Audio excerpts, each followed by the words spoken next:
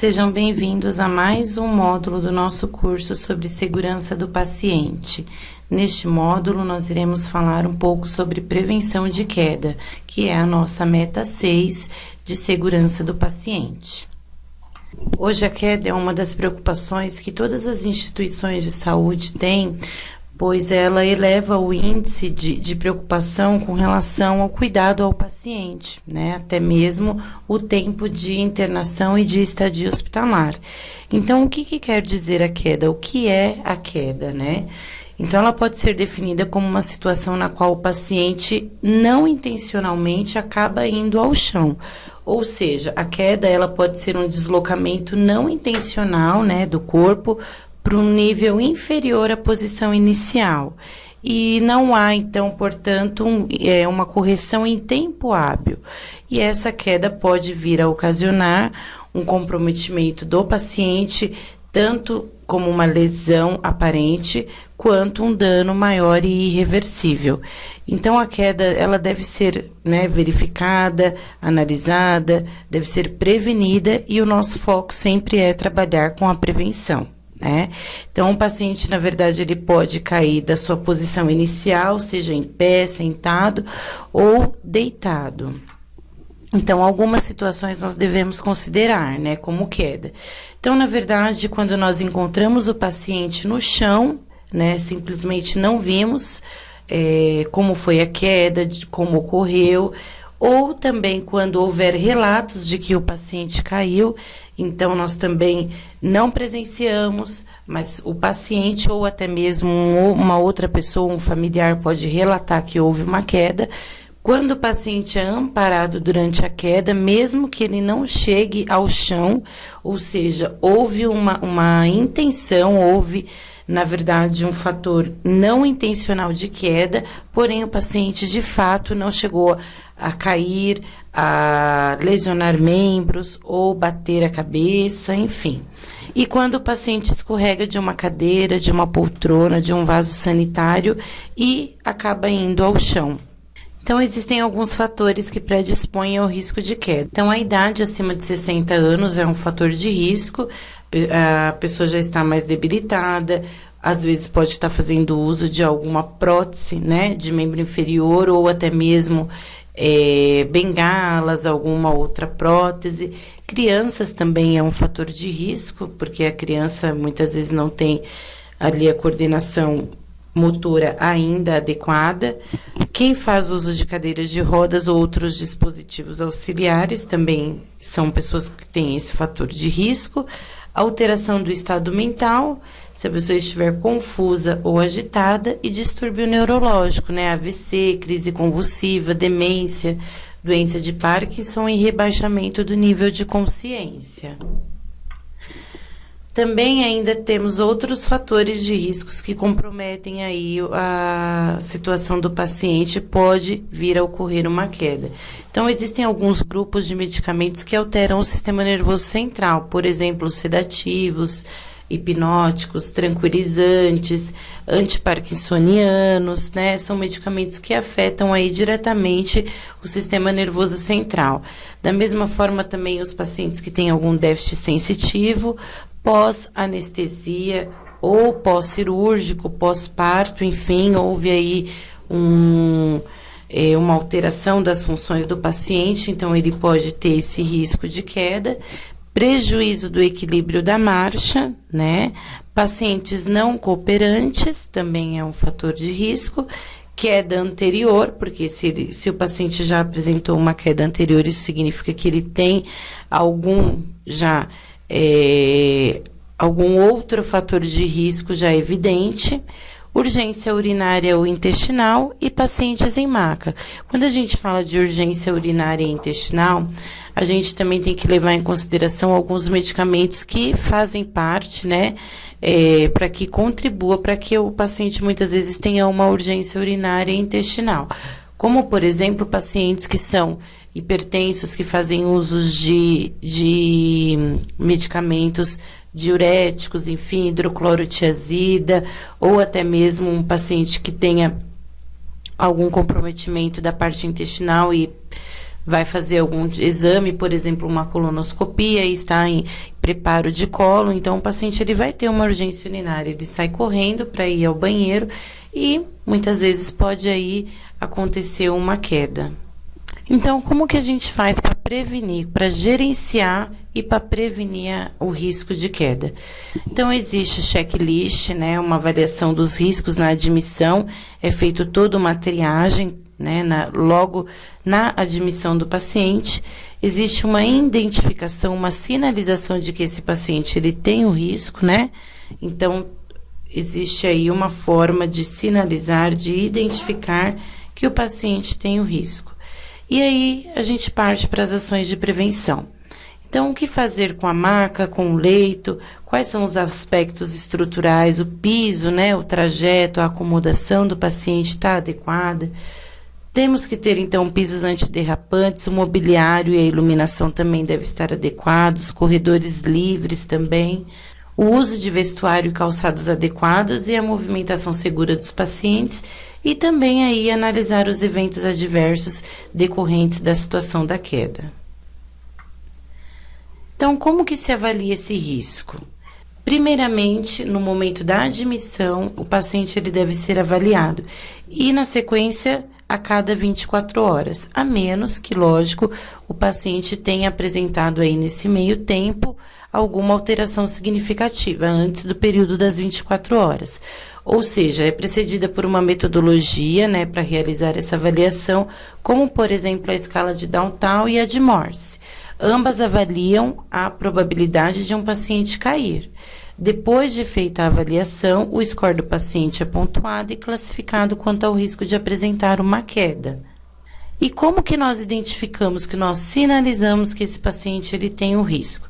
Então, depois de feito o gerenciamento pelo enfermeiro, né, o enfermeiro, então, avalia todos os riscos do paciente, avalia se ele realmente tem o fator de risco queda, e então esse paciente ele precisa ser sinalizado. Ele vai ser identificado com uma pulseira vermelha, né, que é colocada no braço do paciente, e no leito também deste paciente existe uma placa, na verdade, acima do leito, uma placa com as filipetas, que é onde nós temos aí a possibilidade de identificar que o paciente tem os riscos. Então, a gente tem aí como exemplo a imagem mostrando que as filipetas podem estar identificadas como risco para infecção, risco para lesão de pele, risco para flebite, risco de queda, enfim, vai depender do risco que o paciente tenha. O importante é saber que ele deve estar sinalizado, deve estar identificado adequadamente acima do leito do paciente. E quais são, então, as medidas de prevenção? Então, no momento da admissão, o paciente, o familiar, ele tem que ser orientado. Então, deve haver uma conversa, deve haver uma orientação ao paciente, aos familiares, quanto às medidas de prevenção de queda através de um instrumento próprio, sendo assinado e carimbado pelo profissional que orientou e assinado também pelo familiar ou até mesmo pelo próprio paciente que recebeu a informação.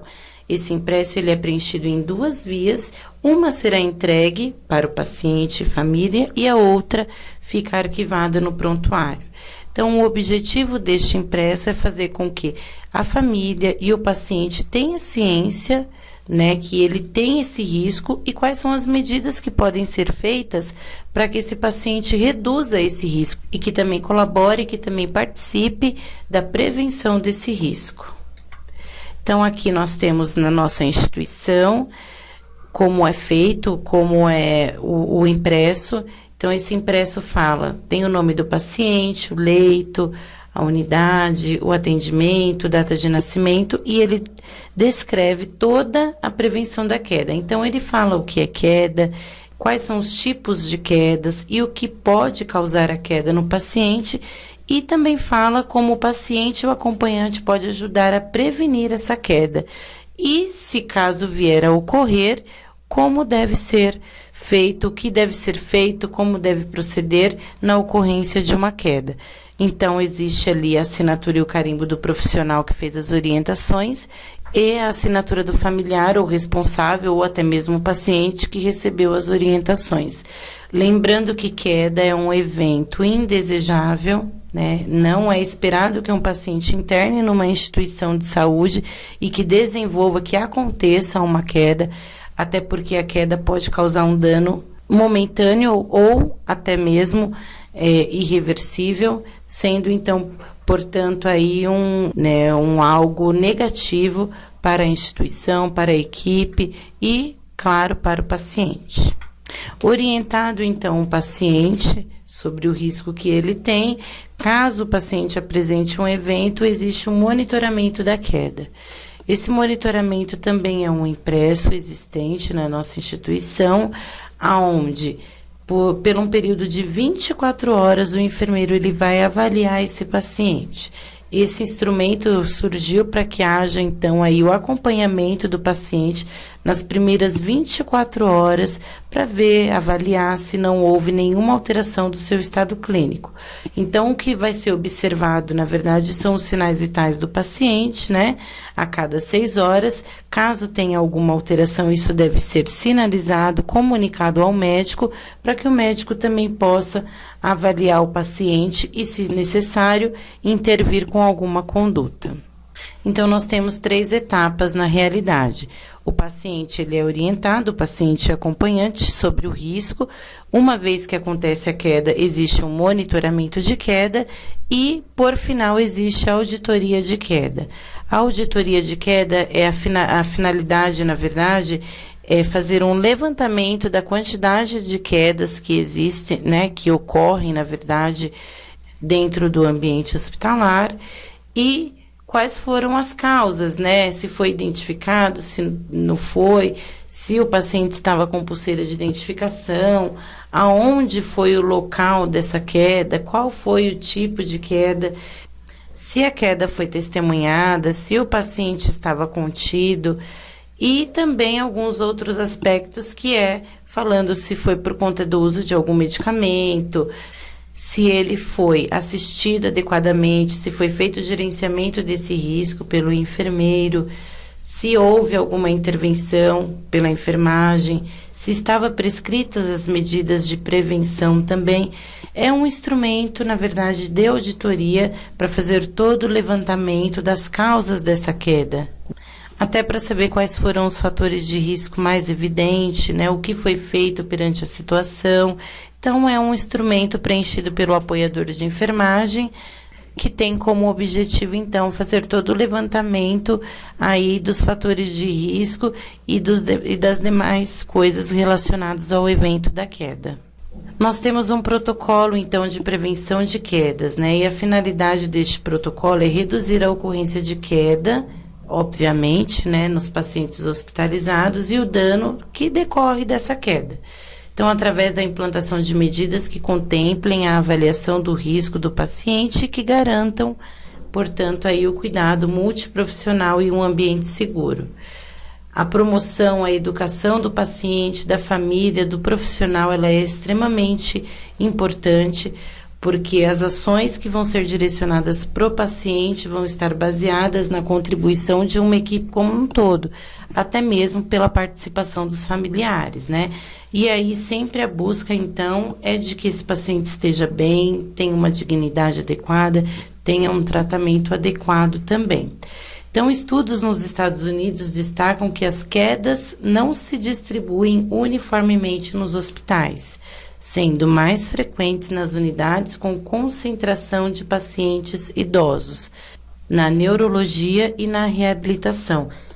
Esse dado tem como fonte a Covisa, né, da Prefeitura de São Paulo, e aí nos mostra, então, um pouquinho do cenário aí de outros locais do mundo. Então, é importante saber que quedas de pacientes produzem danos em 30% a 50% dos casos, sendo que de 6% a 44% desses pacientes sofrem danos de natureza grave, como fratura, hematomas subdurais e sangramentos, que podem levar a óbito. Ou seja, é um evento extremamente indesejado. A enfermagem ela tem que estar muito inteirada, muito participativa, na verdade, para que esses tipos de eventos sejam evitáveis. O dano ao paciente ele é algo muito sério, né? Se nós formos pensar aí e avaliar esses dados apresentados, 30 a 50% dos casos, os pacientes apresentam danos, né? E de 6 a 44% desses pacientes são danos de natureza grave, fratura, ou seja, você pode mudar todo um diagnóstico do paciente, mudar todo um período de estadia desse paciente decorrente de uma queda. Sem contar que também tem o dano físico, psicológico, dano à família, dano à estrutura familiar, que, né, com certeza vai ser um pouco incompreensível neste momento, até porque o paciente interna para sair do hospital melhor do que ele entrou, né? Então, não é aí um evento desejável, é uma não conformidade. Então, nós temos os fatores de risco de fato, e esses fatores de risco são baseados aí também na Covisa. Então, idade avançada, principalmente acima de 85 anos, mas a gente já fala de pacientes acima de 65, né? História recente de queda, redução da mobilidade, incontinência urinária, uso de medicamentos e hipotensão postural. E os fatores ambientais e organizacionais, então os pisos desnivelados, objetos largados no chão, altura inadequada da cadeira, insuficiência e inadequação dos recursos humanos. E os locais mais comuns de queda, então queda no banheiro, queda do leito ou da maca e queda da própria altura. Existe, portanto, algumas ações necessárias, então, para a prevenção desta queda. Então, sempre lembrar que nós temos que orientar o paciente e o acompanhante quanto a esses riscos de queda e a necessidade de solicitar a enfermagem para sua locomoção e mobilização. Tenho que manter sempre a campainha ao alcance desse paciente para que ele possa acionar a equipe, né, de enfermagem sempre que necessário, até para que ele não venha a fazer nenhuma atividade sozinho, estando impossibilitado. Manter as camas, as macas e os berços com grades elevadas e sempre travadas. Manter as portas da incubadora travada também. Manter as rodas da cama travada. Não deixar o paciente sozinho no banheiro ou durante o banho. Esse é um problema sério que eu acho pertinente a discussão, porque o paciente muitas vezes ele é encaminhado ao banho, né, e não é assistido de forma adequada. Então, esse paciente, ele está suscetível à queda, ele está suscetível a, de repente, o próprio sabonete que ele está usando cai, ele vai pegar, ele acaba caindo, né, acaba causando um dano aí maior. Então, lembrar sempre que o paciente sozinho no banheiro, durante o banho, um paciente que ele é dependente da enfermagem, ele não deve ser direcionado sozinho para este banho. Então, eu tenho que intensificar a atenção, né, para os pacientes que estão em uso de sedativo, hipnótico, tranquilizante, diurético, antihipertensivo e antiparkinsoniano, lembrando da situação em que o paciente, as medicações alteram aí o estado clínico do paciente, até mesmo as funções fisiológicas, né? Então, quando a gente fala de diurético, de antihipertensivo, até de algum preparo mesmo para um exame, eu tenho que estar mais atenta, porque esse paciente ele pode apresentar uma queda mais facilmente. Então, manter vigilância e agilidade no atendimento das campainhas, conter o paciente se necessário, conforme o protocolo da nossa instituição de contenção, né? Se o paciente estiver em risco aparente numa urgência ou emergência de queda, esse paciente sim, ele tem que ser contido.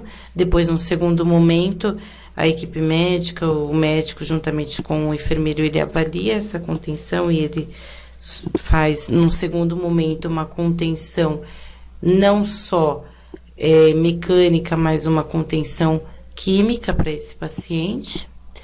Também deve ser registrado em prontuário todas as intervenções realizadas, por quem esse paciente foi avaliado, né? E quais as medidas preventivas também. Eu tenho que acionar, então, o serviço social, caso o paciente não tenha acompanhante, para verificar, então, a disponibilidade de alguém poder permanecer com o paciente, já que o mesmo, então, portanto, aí tem um risco de queda. Então, alguém da família, se houver a possibilidade, deve acompanhar esse paciente. Deixar a porta do quarto do paciente entreaberta na ausência de acompanhante, até para que seja monitorado de mais perto, né?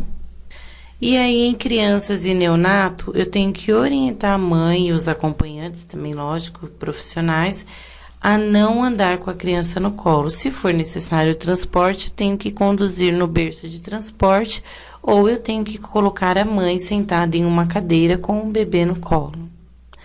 Orientar o paciente a levantar da cama de maneira progressiva, para evitar a hipotensão postural.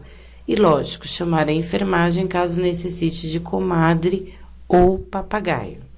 E também preciso, então, disponibilizar cadeiras plásticas nos banheiros para realizar, então, aí a higienização nos momentos do banho, enfim.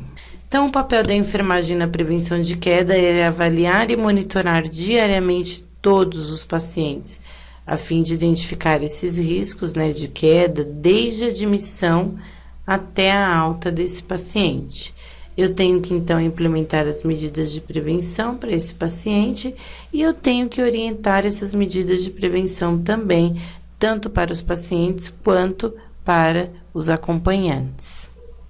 Então, queda em paciente hospitalizado é um evento indesejado e isso é um ponto de atenção que a gente precisa discutir, porque pode causar um desconforto tanto para o paciente quanto acompanhante e nos casos em que aconteça alguma lesão, isso pode aumentar, então, o tempo de internação, o custo do tratamento desse paciente e processo jurídico em que a própria família do paciente, ele pode, então, processar, né, haver aí os processos jurídicos perante a situação para a instituição. Mas e se o paciente cair, então, apresentar uma queda, o que deve ser feito? Então, no primeiro momento, eu tenho que comunicar o enfermeiro, né, e o médico. Então, o enfermeiro deverá acionar imediatamente o apoiador de enfermagem para que o mesmo possa realizar a auditoria de queda e o enfermeiro também imediatamente vai abrir o monitoramento de queda, realizando o controle rigoroso dos sinais vitais nas primeiras 24 horas e atentando-se para qualquer alteração apresentada pelo paciente. Então, primeira coisa, se apresentou queda, o enfermeiro e o médico devem estar cientes. O enfermeiro vai entrar com as intervenções e o médico com a conduta médica aí para a avaliação que o mesmo realizou. Agradecemos a participação em mais esse módulo sobre o curso de segurança do paciente.